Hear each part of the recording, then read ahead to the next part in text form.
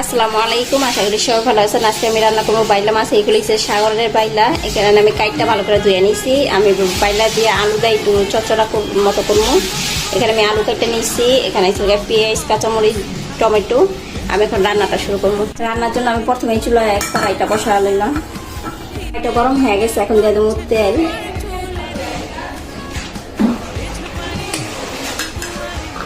দিয়ে কিছু পেঁয়াজ,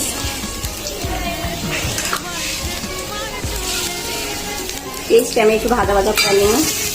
ভাজা হয়ে গেছে, এখন যদি আদা রসুনটা আমি একটু ভাজা ভাজা করে নিব, যাতে আদা রসুন আদা গন্ধটা না থাকে। দিয়ে দেবো সামান্য পানি,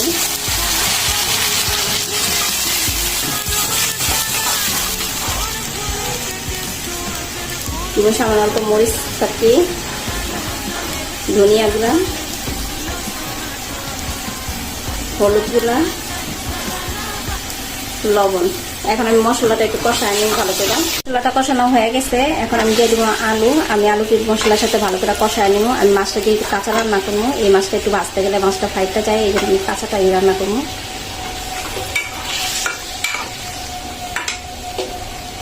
দিয়ে তুমি একসাথে টমেটো, আমি টমেটো সহ একবারে কষাই নিব।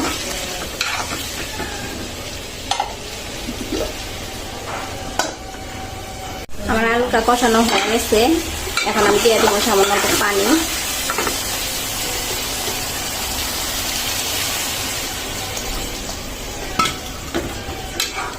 আবার একটা বলক আসলে আমি মাছটা দিয়ে দেবো, যেহেতু আমি কাঁচা মাছ রান্না করবো। আমার আলুটা বলক এসে পড়ছে, এখন আমি দিয়ে দেবো মাছগুলি।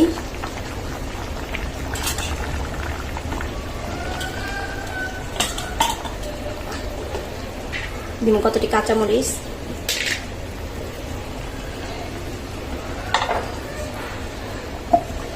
আর বাইলা মাছের তরকারিটাও হয়ে গেছে।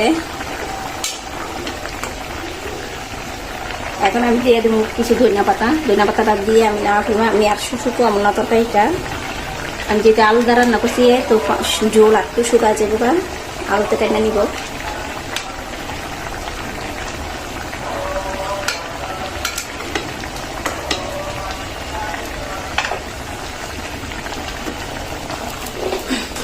এই আমার বাইলা মাছের আলু দেওয়া ঝোল।